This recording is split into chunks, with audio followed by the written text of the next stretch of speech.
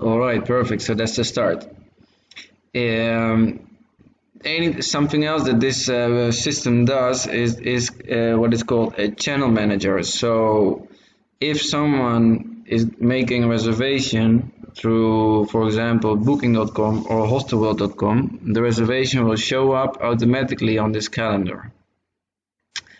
Also, let's say someone books a room over booking.com, the reservation will come here into our calendar, and in the same instant, the availability gets adjusted, so there will be one room less available, and that will be adjusted as well as on booking.com and on hostelworld.com. Also, if we add a reservation here, if we add manually a reservation here, that room will automatically straight away be blocked on either Hostelworld and Booking.com.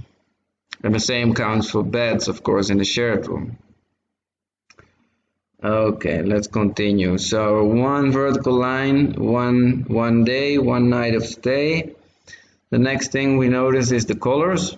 So you see here in the bottom that pink means checked out, so all these people in pink, they are not here anymore.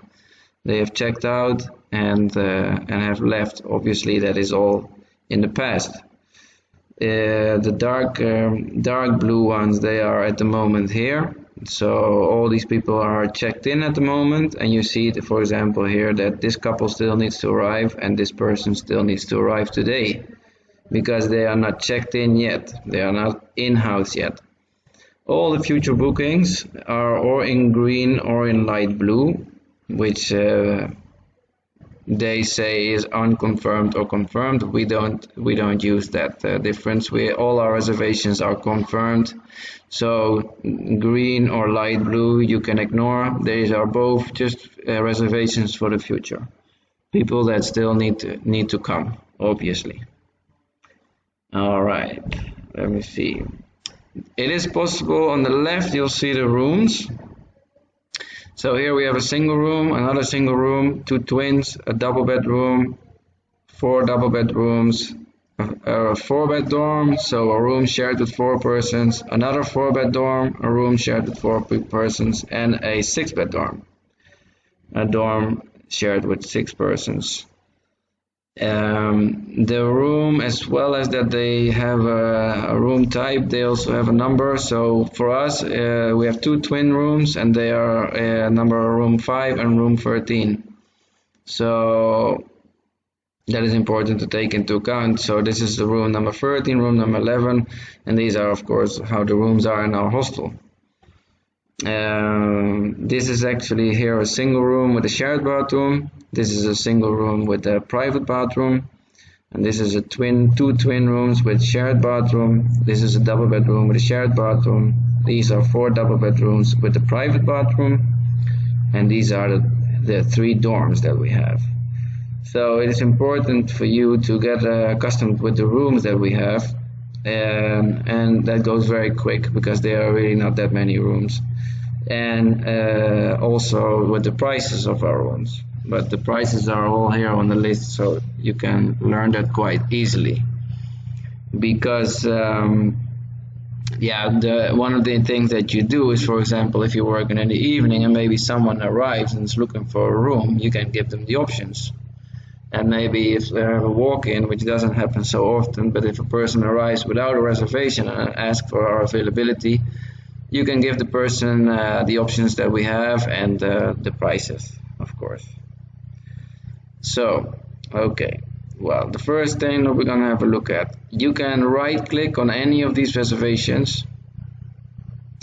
Okay, now hold on. The first thing that I'm going to say as well is that, look, there's a twin room here. In the twin room usually are 2 persons, but it's very common in our hostel that someone will take a double bedroom alone.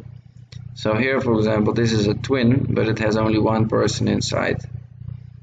That is very possible. This stays white, this line underneath, but that doesn't matter in this case. There's just 1 person in there. The room is already occupied. It's not available anymore online because the system knows that this is a private room. So the room with 1 person is already taken completely, so it's not available anymore to book online. Here as well, 1 person in a double bedroom. completely fine. That happens all the time. Let's see where I am. All right.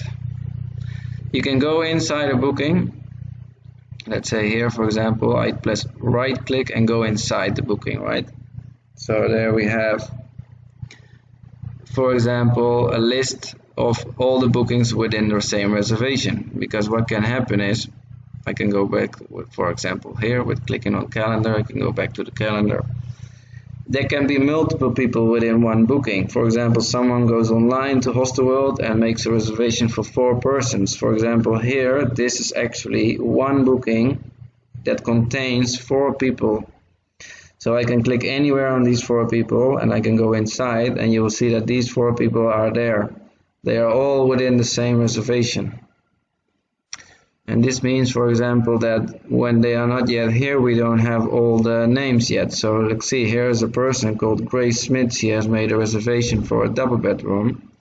And there it says ×2 because there's another person here. But that person, we don't have the name yet because they haven't arrived yet. So it's very important also to know that also within dorms, it can be that there's multiple people on the one reservation. So if I go in here, I will see that there's actually a name missing, and I can add the name here. If I just click here, I can start typing a name. This is what you do at a check-in, but we will go into that in a bit.